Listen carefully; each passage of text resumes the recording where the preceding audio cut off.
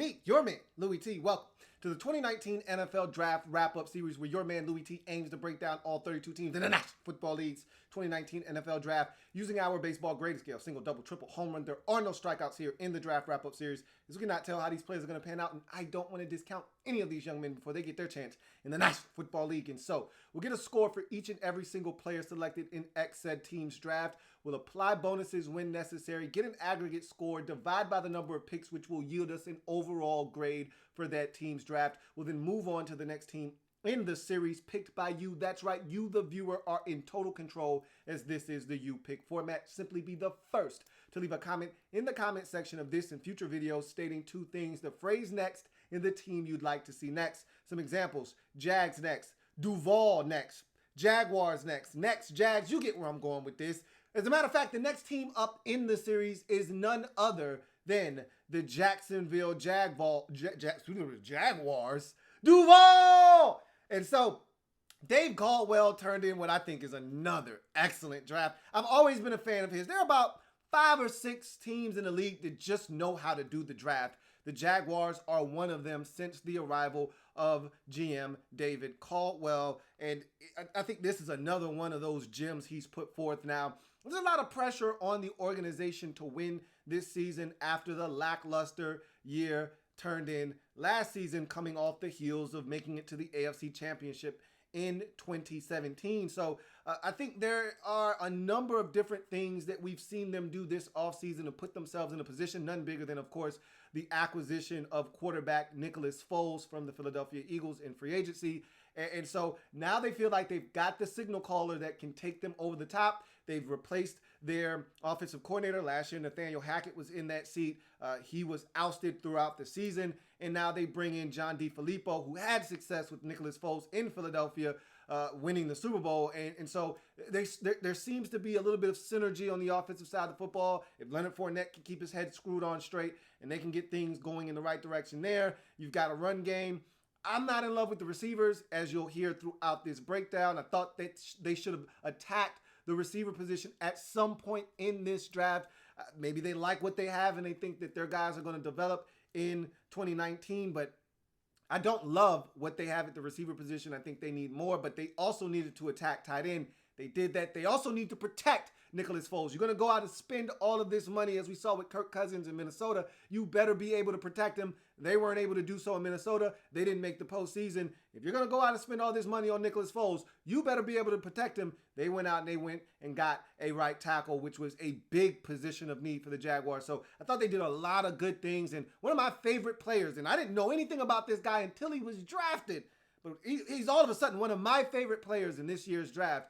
We're going to talk about him as well. Let's get to the 2019 draft haul of the Jacksonville Jaguars, and we start in the first round and with a guy that I don't think they expected to fall into their lap at number 7, but when he did, they didn't hesitate to turn in the card. I'm talking about edge rusher out of Kentucky, Josh Allen.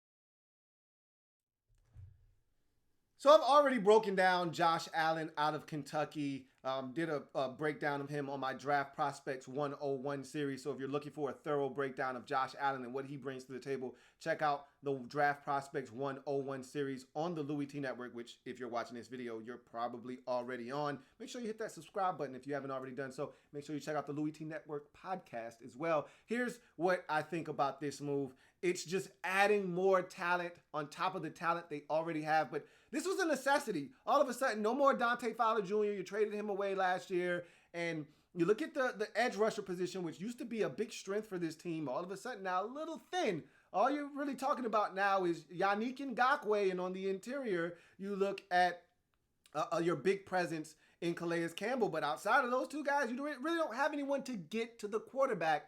Now enter in Josh Allen to change all of that. And so I thought edge rusher was a necessity. And so let's go ahead and take the need of edge rusher off the board. And as you can see, I've listed what I believe to be the Jaguars' biggest needs in sequential order. I felt like right tackle, offensive line in general, but right tackle more specifically was the biggest need coming into this draft. Then tight end, if you're going to have a new quarterback come in, one that has had success with throwing the football to the tight end, and we know John DeFilippo loves throwing the football to the tight end, you need a big play tight end. They didn't have that in Jacksonville. They needed to get one. I think they did that in this draft. Safety, I thought after letting go of Tashawn Gibson, I thought that was a position you needed to address. They didn't do that in this draft. We'll talk about all that later. Wide receiver, I talked about that at the top. We'll talk about that more throughout this breakdown. Defensive line, thought you just needed some more depth there. And then obviously edge rusher, and you took care of that problem right away. And again, I don't think they were looking for edge rusher in the first round. It fell into their lap, and they're like, we can't turn this kind of talent down at 7. And really, when you're drafting this high, the key is best player available, and you're hoping that it also meets a need. But in the case of the Jaguars, it exactly did, and you got to take that guy if he's available. And what's going to be their calling card is the defense. That's been their calling card. I think it's going to continue to be their calling card. Whether the offense steps it up a notch with Nicholas Foles under center or not, the defense has to come to play. And if the defense is continuing to be the force that we know them to be, and the offense comes along, all of a sudden you can have that 2017 magic all over again. And I think it starts with a draft pick like this in the first round with Josh Allen, a guy that can drop into coverage, is comfortable out in space, can run with tight ends. You saw him do it at college, as I showed you with the breakdown, but also can rush the quarterback, led all of college football with 17.5 sacks in 2018. So the guy can get to the quarterback from a multitude of ways. You can blitz him. He can come off the edge. You can line up in a 2-point stance and rush. There's so many things you can do with Josh Allen. And I think the Jaguars envision him being a big-time playmaker for them. And that's why they pulled the trigger here in the first round, 7th overall selection.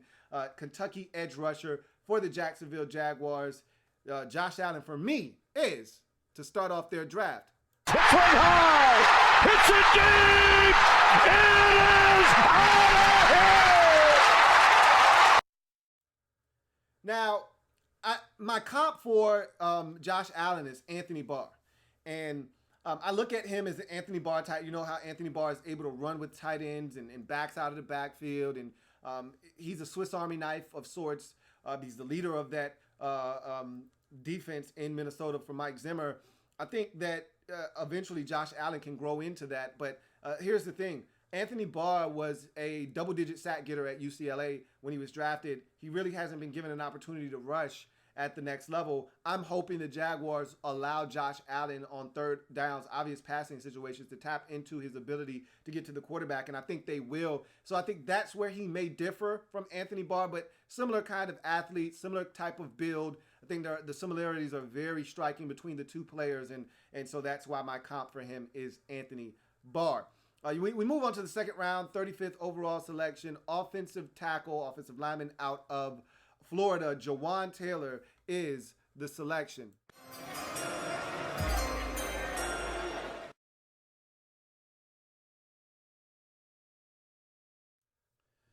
So I talked about this being a big-time need for the Jaguars and one that they needed to address very early in this draft.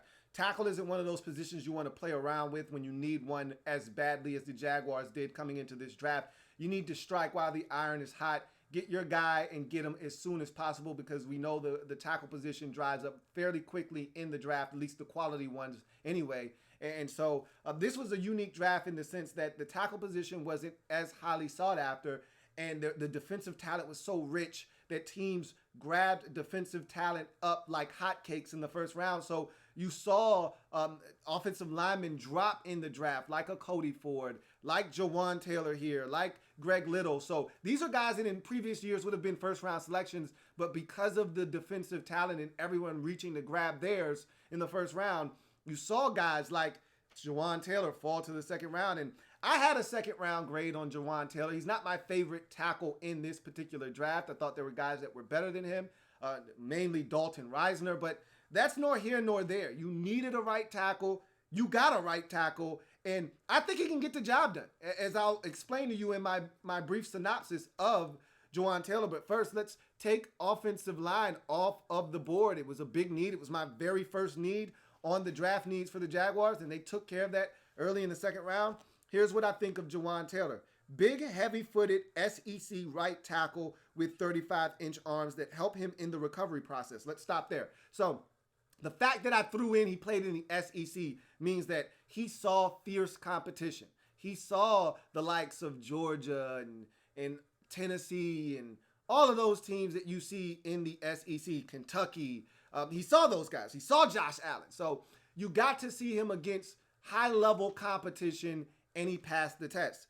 His 35-inch arms, to me, are the biggest trait that he has, the biggest physical characteristic that gives him a chance to be a good player at the next level. He's not the greatest athlete. Obviously, this guy at one point was 380 pounds. So he's not a tremendous athlete. But what he does have to make up for the lack of athleticism is very long arms. And you see those arms aid him in the recovery process when he gets beat initially off the line of scrimmage.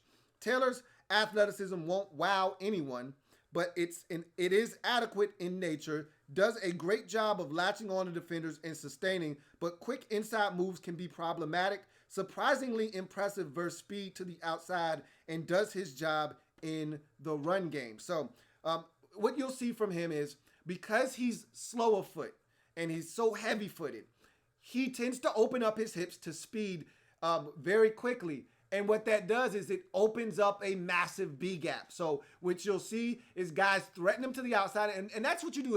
If you're a talented pass rusher and you set up moves and you have a rush plan, early in the game, you want to threaten that tackle's outside shoulder with speed. You want him to be afraid of the speed so that he opens up quickly, and then that gives you the opening. That opens up the gate inside, and that's the most direct pressure to the quarterback. And direct line to the quarterback is inside. And so you open that gate up. He does that. He opens that gate up because he opens up his hips being threatened by speed. But what he does to that speed is he pushes it around the pocket. He pushes it up the field, allows the quarterback to step up, and again, keeping the integrity of the pocket intact. So he does a really good job versus speed. Coincidentally enough, you would expect him to struggle because he's so heavy-footed, but he generally does well. What happens, though, because he opens up and reacts to speed so aggressively, he opens up inside moves, and you see guys beat him there. But again, with long arms, sometimes he's still able to recover enough to save and salvage the rep. Surprisingly, he does a really good job in the run game. Usually guys like him aren't great in the run game. They're adequate. He actually does a solid job. He's not great. So let me rewind that. He's adequate in the run game. He actually does a really good job. I was actually blown away because I thought he was going to stink in the run game. He's so tall. He's upright. He's heavy-footed, as I mentioned. I thought guys would be running circles around him and he'd be misfiring out in space. But he actually does a good job of latching on to defenders and holding on. Now, I think he's going to pick up some holding penalties. I do think that's going to happen. But he does a really good job of latching on to defenders and keeping them in his grasp once he has them. And so there's some things that he does that I actually like. Again, I think if you're smart, you'll put him in positions to succeed. You won't ask him to do things that are outside of his skill set. I think with John DeFilippo coming in, and you'll probably see some of those run pass option concepts. These are things that will favor him. You're not asking him to do much in that kind of a scheme. And when he's asked to protect in obvious passing situations, I think he's going to get the job done. I think this is a solid pick. I don't love Jawan Taylor, and I thought there were other guys that might have been better than him at this point, but you needed a right tackle. He fits the mold, and I think he can come in and he can help you right away. And so I like this pick for Jacksonville in the second round, 35th overall selection, offensive lineman out of Florida. Jawan Taylor, for me, is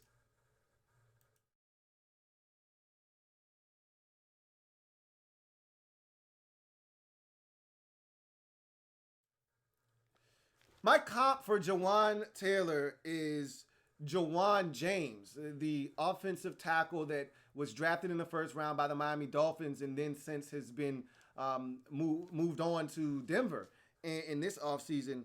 His story kind of reminds me of a fellow Floridian in Trent Brown, who also went to Florida and was a Gator, who just got a massive deal, the highest contract for a left tackle in NFL history from the Oakland Raiders, who really made his name and mark last year with the New England Patriots.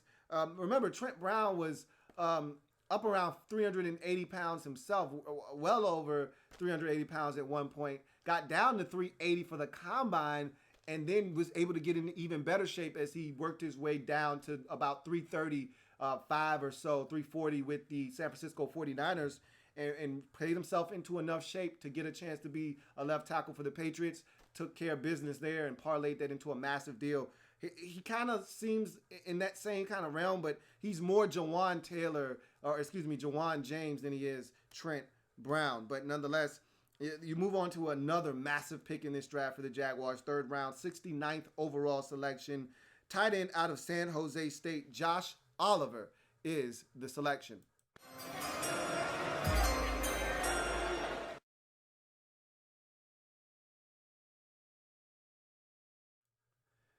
Now, if you've been watching me for any amount of time, and first, let me take tight end off of the needs for the Jaguars. This is a big get for them. Two rounds in a row, they take care of two massive needs in offensive line, offensive tackle to be specific, and tight end. If you've been watching me for any amount of time, if you've been listening to my podcast, and you know how fond I was of the tight end class in the 2019 NFL draft. I thought this was a deep and rich group of very talented tight ends. Some great pass catchers potentially at the next level. Some guys that need work blocking. Here's one of them. But I think they have the ability to block if they're willing to put in the work necessary to become better in that regard. But this is a guy that I lumped in with some of the elite pass catchers in this draft class. Jay Sternberger, obviously Noah Fant, TJ Hawkinson, Dawson Knox, Josh Oliver. Those were my elites as pass catchers in this draft. Obviously, Irv Smith Jr. as well, who was drafted by the Minnesota Vikings in the second round. All of those guys were unique in the sense that they could catch the football. Some could block better than others. But nonetheless, all of those guys in a mismatched league where tight ends are becoming in vogue to get the football to in obvious passing situations. This is a guy that fits that bill as a detachable U-type tight end. You can line him up in line as a Y, but he's not the blocker that you're looking for in line right now. But that's not to say that he can't progress into a guy that can block, because you can see that he has the ability to do it. He just doesn't want to. And I just need that effort. And I think if you're Jacksonville, that's going to be something that you're going to have to preach to him, is that I need you to want to block on a snap-in, snap-out basis. We don't want tells. We don't want teams knowing tendencies that when we see Oliver in a game, they're most likely throwing it because the guy can't and won't block. So that's something they're going to have to work on. But when you're talking about catching the football, this guy is really adept at getting that done, and that's something that's going to really aid this Jaguars offense, something that they've struggled with. I thought at times last year, ASJ, Austin Seferian-Jenkins, gave you some really good snaps, but there were too few and far between. This is a guy that's more consistent in the pass game moving forward. So let's talk about what he brings to the table here at 6'5", 249 pounds, running a 6'4", 340. So again, you see the athleticism right there off the bat. A truly talented pass catcher at the tight end position, Josh Oliver has a chance to be an impactful player right away due to his dynamic combination of hands, route running, and athleticism. All of this talent is still unrefined as Oliver came to San Jose State as a big-time pass rusher, and due to the injuries at the tight end position, made the switch as a freshman. So right there, what I'm telling you is he's still raw. He's still learning the nuances of the tight end position, and yet he's so talented. So you've got to feel good about this guy coming in with the talent and the skill set that he has, yet it's still unrefined. It's still some untapped potential left in Josh Oliver. The ceiling is really high for him. While he isn't much of a blocker, Oliver still has room for growth and could grow into a mismatch nightmare at the next level. So I look at him as a guy that, like I said, going to be a problem in the passing game. I think he is going to eat up linebackers and safeties alike at the next level. I think he's a guy that if he puts in the work, I think he's capable of being a blocker. He's just got to put in the work. At San Jose State, he looked like a guy that at times wanted nothing to do with blocking responsibilities. If he comes in and he works, and I think they're going to demand that of him. Tom Coughlin is a no-nonsense guy. I think he's going to demand blocking out of Josh Oliver, and the coaching staff is going to do much of the same. And I expect him to get better in that regard. I don't expect him to come in and be a world beater right away, but maybe by year 3, we're seeing a much improved blocker. But I can tell you this, right out of the gate, right out of the packaging, no assembly necessary. This guy's going to help you in the pass game and going to be a favorite target of Nicholas Foles before long. I love this selection. This was a big-time need. This is a big-time pass catcher in an offense that's looking to get the football down the field vertically. He can stretch the field vertically over the middle of the field, but he can also do some things underneath and after the catch. Love this pick for the Jaguars. And my comp for him is Jared Cook Jr. Similar body type, similar athleticism, and similar ability to hurt defenses with athleticism and the ability to catch the football and stretch it vertically. We saw what Jared Cook Jr. was able to do last year for the Raiders, parlayed that into a nice deal this year for the Saints. He's going to make beautiful music with Drew Brees, and I think Josh Oliver is going to make beautiful music with Nicholas Foles. In the 3rd round, 69th overall selection, tight end out of San Jose State. Josh Oliver, for me, is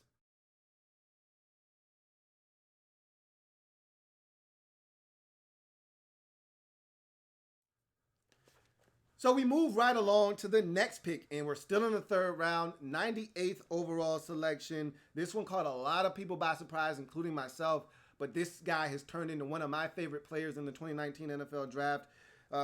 Murray State safety, Quincy Williams, is the selection.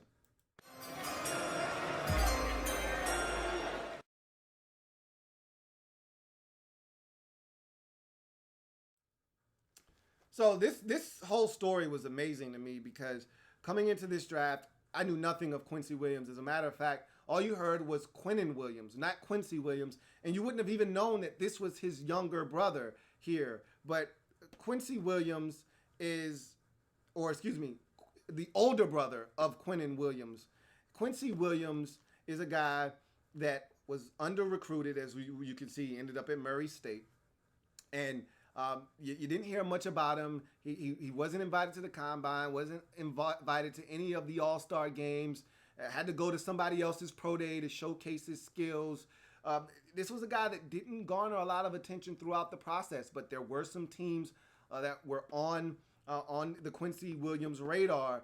And I didn't know just how highly sought after this guy was, but when you listen to other teams, Jacksonville wasn't the only team. That's why Jacksonville traded up to snag him, because they weren't the only team interested. You know, he would have fit perfectly in a Dan Quinn scheme in Atlanta, and they were interested. He would have fit perfectly in Los Angeles under Wade Phillips. And so they would have drafted him, and they were looking to get him. And so there were other teams hot on the trail and in pursuit of Quincy Williams, and nobody was talking about this guy.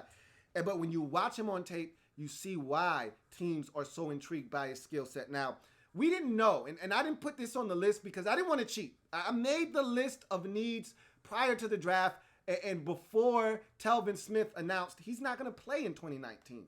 And so now that we know that linebacker is a major need, and they're converting Quincy Williams to linebacker, so it seems like this fits like hand in glove. And I don't think Jacksonville was privy to the information that Telvin Smith was going to sit out. They knew something was up because he didn't report to some of the meetings that they had. And we heard Tom Coughlin talking about he wants everybody at the meetings, and Smith wasn't there. But I don't think they had any idea that he wasn't going to play in 2019. I think they were blindsided by that information. And so this pick became that much more paramount when it was made. Again, this all happened prior to finding out. So they had no idea when they drafted him as a safety linebacker hybrid, whatever you want to call him. They had no idea that this guy was going to be maybe instrumental in the defense in the upcoming season. But with the information and the news of Telvin Smith not playing in 2019, maybe this guy becomes a huge part of their defense in his rookie season. Nonetheless, 5'11", 225, 4.56 40, 39.5-inch vert. Those numbers right there show you the kind of explosion and athleticism that Quincy Williams brings to the table. It runs in his family. Quincy Williams is a hell of an athlete. So is Quincy Williams. And I remember the first time I saw the highlight cut-ups on the ESPN draft coverage when he was selected in the third round by the Jaguars. And I had no idea who he was, so I was intrigued. I'm like, who is this guy that they're reaching up here to grab it in the third round? And I see this guy running through ball carriers and obliterating guys, the closing speed, the dynamic ability to be physical and run through ball carriers. I was blown away. I said, whoa. I talked about him on my podcast as a guy that really surprised me as a selection, but I was so enamored with what I saw that I was like, man, it's going to be fun to watch his tape. And I was not disappointed. Watched 3 games, watched him against Tennessee State. I watched him against Eastern Kentucky. I watched him in another game. I can't remember the team it was, but he's so dynamic. He's so physical. He's so fast. Let's get into his breakdown quickly. The brother of ex-Alabama defensive tackle and first-round pick of the Jets, Quincy Williams. The family athleticism runs deep as linebacker Quincy Williams makes a name for himself by coming seemingly out of nowhere to be selected in the third round by the Jaguars. His sideline-to-sideline and closing speed, along with his tremendous feel for zone drops, is off the charts. He reads and reacts and comes downhill with the baddest of intentions. The biggest limitation is his size. However, he combats that with physical, aggressive, but smart play. So a lot of people knock this guy for being a tweener. Well, what is he? Is he a safety at 227 pounds? Probably not a safety that big and heavy. But then again, you could be a safety if you can run a 4.56. That being said, in today's NFL, hey, you get up to 230, 232, you're a linebacker, bro. You know, we've seen guys. Talvin Smith came into the league as a 212-pound linebacker. So we've seen guys come into the league as undersized linebackers. Mark Barron is another guy that made the transition from safety to undersized linebacker. We've seen Dion Buchanan do it for years in Arizona. Now he's in Tampa. We've seen guys, and that's the new thing. That's the new norm now. The undersized linebacker that can play the run, but run with these tight ends and these running backs out of the backfield that can drop into coverage and be a nuisance underneath. He's going to be one of those guys. He's so aggressive. He's so physical. His closing speed is ridiculous. But what is even more impressive than all of that is his smarts. You watch this guy drop into zone coverage, and it is a thing of beauty. There's a pick versus Eastern Kentucky where he drops into a zone drop and he reads the eyes of the quarterback so beautifully, undercuts a route. They're playing cover 3. He's dropping into that hook zone. He sees the quarterback eyeballing the comeback route to his side, and he just sinks right underneath it, picks it off, and almost takes it the distance. The quarterback was able to track him down at the 1-yard line. He had a pick 6 in another game that I watched. There's a play against Tennessee State where he tracks the running back down towards the sidelines, and he just obliterates him. And it's like a blur. He comes out of nowhere and just smashes him for like a 3-yard loss. This guy is ridiculous, man. There was another game I watched against Southeast Missouri State. They're down 31-0 in that game, and they rally all the way back, have this miraculous finish where they catch a squib kick and they run it for a touchdown with 3 seconds left in the game. It's a crazy finish. His team takes on his tenacity, is what I'm trying to tell you. His energy is infectious. He's going to fit right in with this Jaguars defense so beautifully. The rich get richer here in the third round, 98th overall selection. Linebacker out of Murray State, Quincy Williams for me is...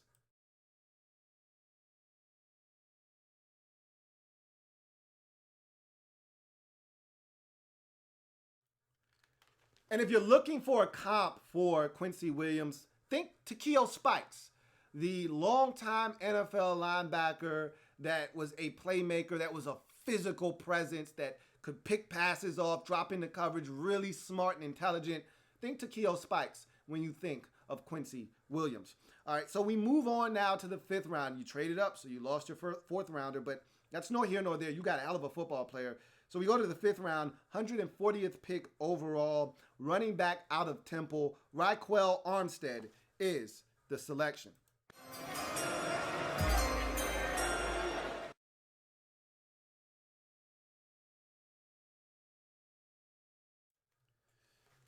So as you can see, the Jaguars took care of 3 of their needs that I perceived them to have coming into the draft. Running back wasn't one of them, though. I thought this was probably more of a best player available, and we feel like we had a really high grade on this guy. Maybe he was a 4th round type of back for them. He's sitting there in the 5th round. They feel like Leonard Fournette hasn't proven to be trustworthy and a guy that can stay healthy. So why not get more depth behind him and a guy that we like? Chris Ivory no longer on the roster. This guy, to me, and that's the comp I have for him, is a Chris Ivory clone. He's fast. He's physical. He runs hard on every single snap. And so they feel like they're replacing Chris Ivory with Chris Ivory Jr. here in Rock Armstead. And so 5'11", 220, runs a 4.45 40. So he's got the speed, even though you don't necessarily see it on tape because he's such a physical runner. But you know that if he gets a crease, he may be able to go. So here's my breakdown of Rock Armstead.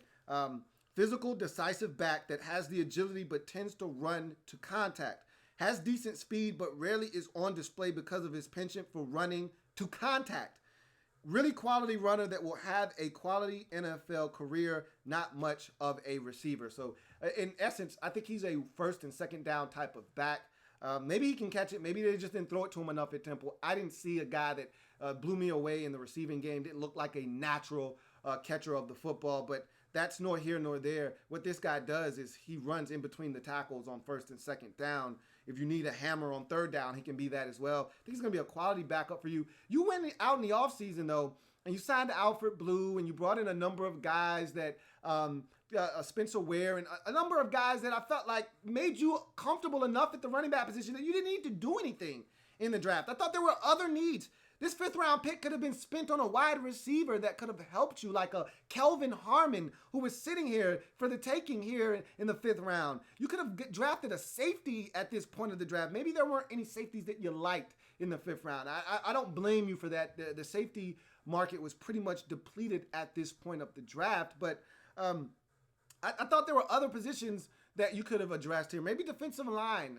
But anyway, you take Rock Armstead. I don't have a problem with this pick. I think he's a quality running back. He's going to leapfrog just about every guy I just named, maybe with the exception of Alfred Blue on this depth chart. I think he's going to make this football team, and I think you just upgraded the running back position with the addition of Raquel Armstead. My biggest knock on him is that he runs to contact. He can make guys miss. I've seen him be his own blocker in the backfield, instant penetration, making a guy miss, or spinning off of a guy. I've seen him do some really creative things, and he gets to the 2nd level, and he runs over the safety, and I'm like, bro, you could have ran away from that safety. You've got speed. Why are you running into him? So I said all of that to say this. I really like Raquel Armstead. I think he's going to be a solid addition to your roster, and I think he's a guy that, in a pinch, if you got Leonard Fournette tripping again, or Leonard Fournette injured again, here's a guy that, along with Alfred Blue, can carry the load for you and make you feel at ease at the running back position, and you won't be put in such a bind like you were last year when Fournette wasn't able to help you. So in the 5th round, 140th overall selection, running back out of Temple, Rock Armstead for me is...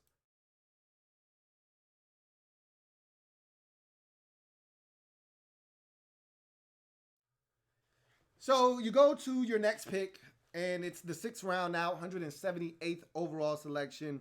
Quarterback out of Washington State, Gardner Minshew II is the selection.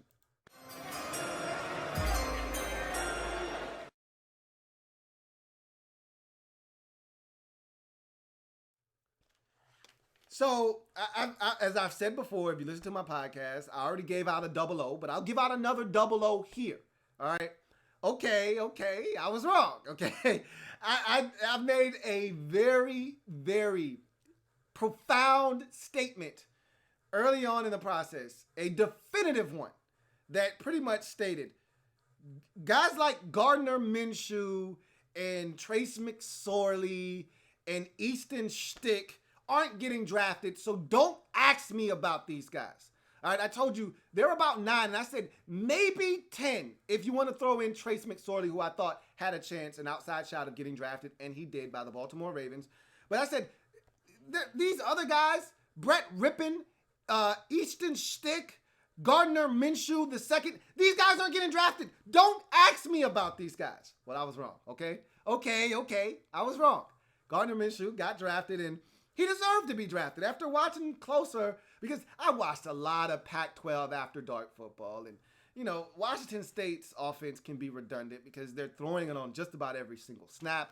And so you lose somewhat of perspective on what you're watching at times because you're just saying, hey, they're just throwing it.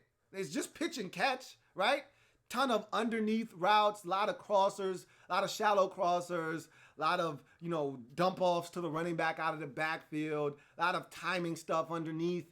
So it's like, it's just pitch and catch. Like, he's not doing anything special here. Little 5-yard stick outside and he hits him. I mean, what are we talking about here, right? But when you dive in a little deeper, as I had to because he got drafted, you see that this is a quality football player, and there's a place in the league for him. And I'll give you my comp a little bit later on. Let me give you Gardner Minshew in a nutshell, though. 6'1", 225, so undersized, as you can see here. Undersized QB from a pass-happy offense who throws with great timing and anticipation. Solid athlete that can and will extend plays with an above-average arm. Does a good job of being patient and taking what the defense is giving him, but when opportunities to strike down the field present themselves, he won't hesitate to exploit them.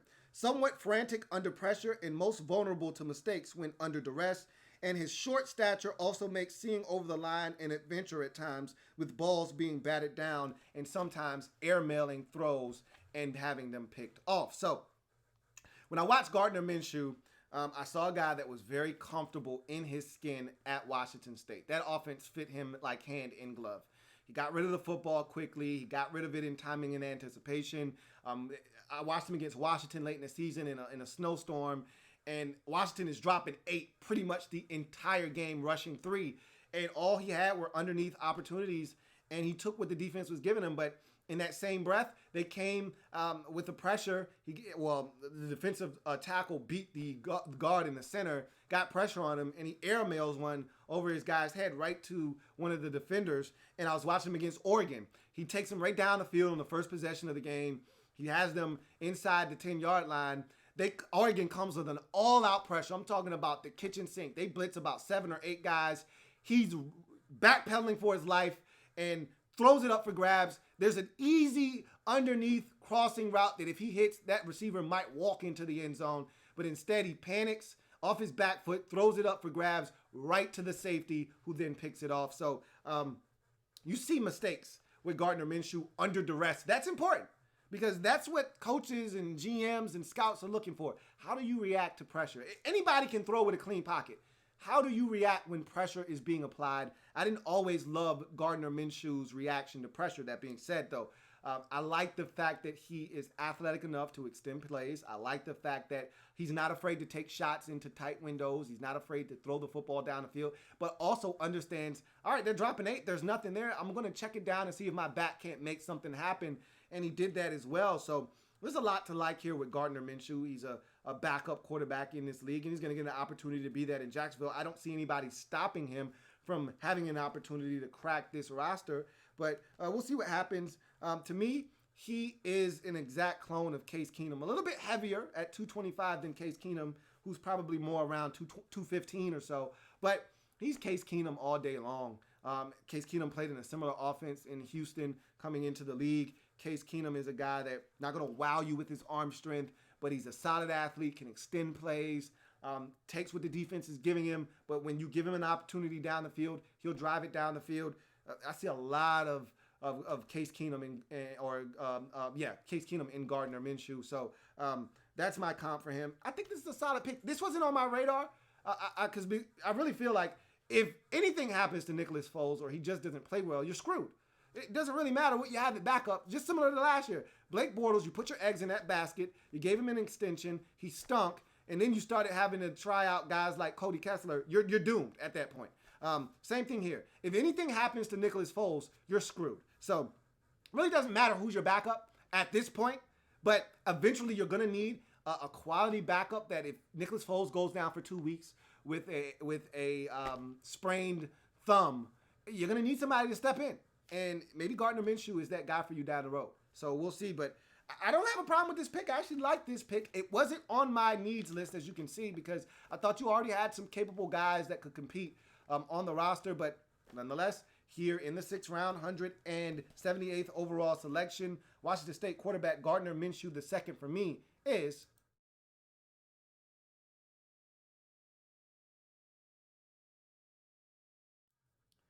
so we wrap up this Jaguars draft in the 7th round, 235th overall selection, defensive lineman out of Auburn, Dontavius Russell is the pick.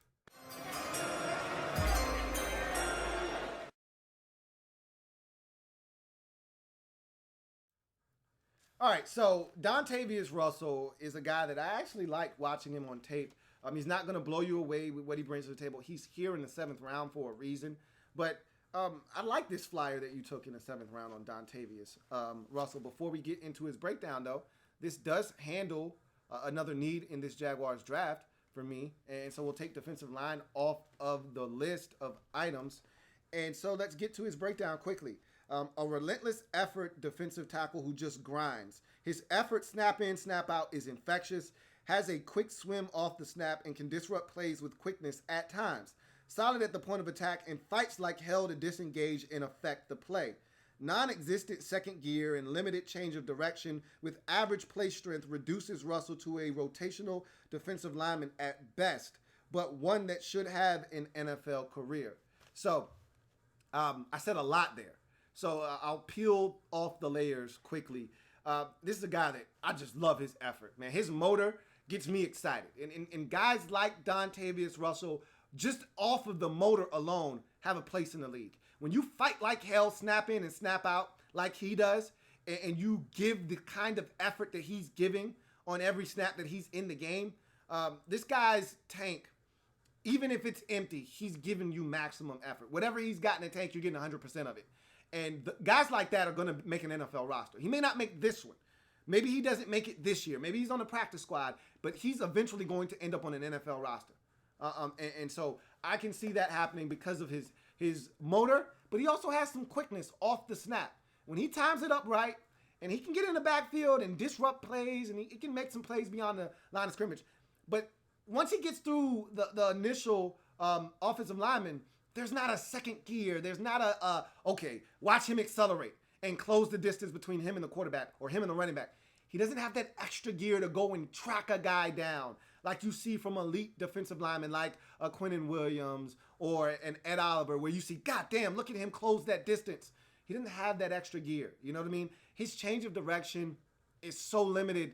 So if he's going one way and the play's going another way, he's screwed. All right? If he's running one way, they're running stretch, and then all of a sudden it's a reverse, he's done. He can't stop, plant, turn, and run the other way. He's done. You know, he can only go in one direction. So he's limited as an athlete. His play strength is not the greatest. He'll stand up at the point of attack, but he's not bull rushing a guy into the lap of the quarterback or taking a guard and driving him 2 yards into the backfield and blowing up a run play. That's not what he's doing. But what he is doing is being relentless. He's fighting tooth and nail every single snap. He's going to give you some quickness off the snap from time to time. He's going to disrupt plays with his activity. I like Dontavius Russell. I think this is a nice little pickup here in the 7th round. And one thing we've seen from Dave,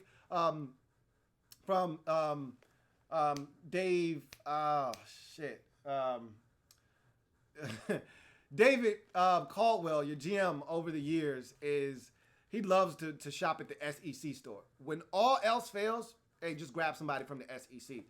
I love this selection here in the 7th round. That's why the Quincy Williams selection was so surprising, is because generally he likes shopping at major Power 5 conference schools, particularly in the SEC. We saw it again this year with Kentucky's Josh Allen and now Dontavius Russell. But this is a guy that I like in the 7th round, and I think he could actually make this Jaguars roster. I wouldn't be shocked if he did make this roster. But in any event, he's going to play in the league at some point in the 7th round, 235th overall selection. Auburn defensive lineman Dontavius Russell, for me, to close out this Jaguars draft is...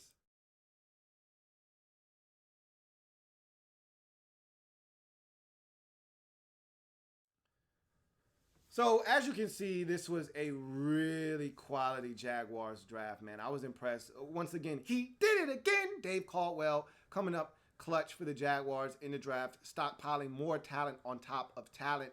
Now the question is, can you get it done on the offensive side of the football? I thought you dropped the football and dropped the ball in this particular draft in one area. Look, safety, you may feel good. You got Ronnie Harrison last year. You may have some stuff that you like that you're developing that you think can come in and help you. I don't have a problem with you not addressing safety in this draft. You spent a third-round pick on a safety last year. Okay, but receiver, though, I'm not in love with you have at receiver at all. I look at your roster at receiver, and I think you got 3 threes, a 2, and a question mark. That doesn't get me excited. That doesn't scare anyone. So your 3 threes, you went out and got Chris Conley from the Chiefs. He's a 3, okay? He's a third option at best. So is Keelan Cole, and so is D.D. Westbrook, all right? Marquise Lee is an extravagant number 2.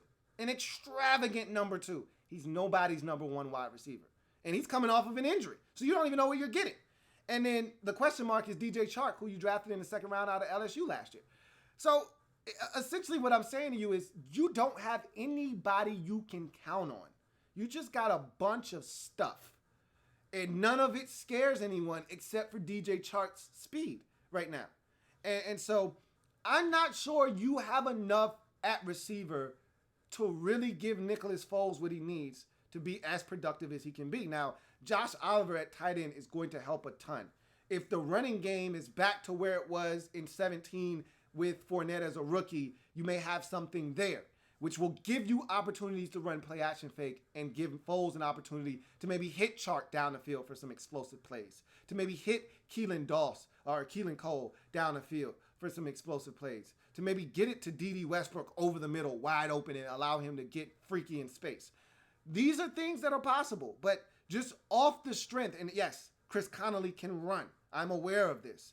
He's a third option, though, at best. So I thought that receiver was something that you could have attacked in the middle rounds. There was a lot of depth in this draft at receiver in the mid rounds.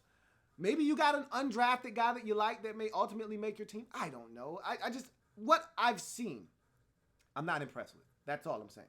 So that's one of my biggest knocks on this draft is that you didn't attack receiver. But that being said, what you did attack, the players that you did select, they're going to come in and help right away, and I thought it was an excellent draft. Let's look at the score for the Jaguars in the 2019 NFL Draft wrap-up.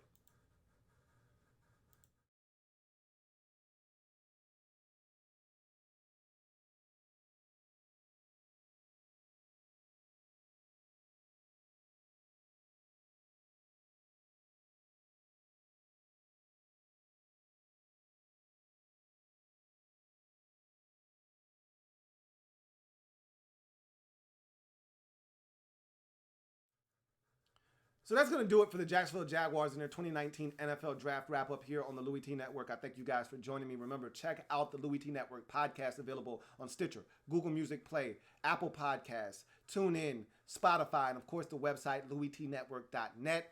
Also, make sure that you subscribe to the Louie Tee Network for more great content. If you haven't already done so, we're going to talk more Jaguars football, all the teams in the AFC South, and, of course, all of the teams in the National Football League here on the Louie Tee Network. I'm your man, Louie T, signing off. Remember, if it's not your man T, it's not the best NFL coverage it could be. Until next time, signing off. I'll see you guys later. Have a good one.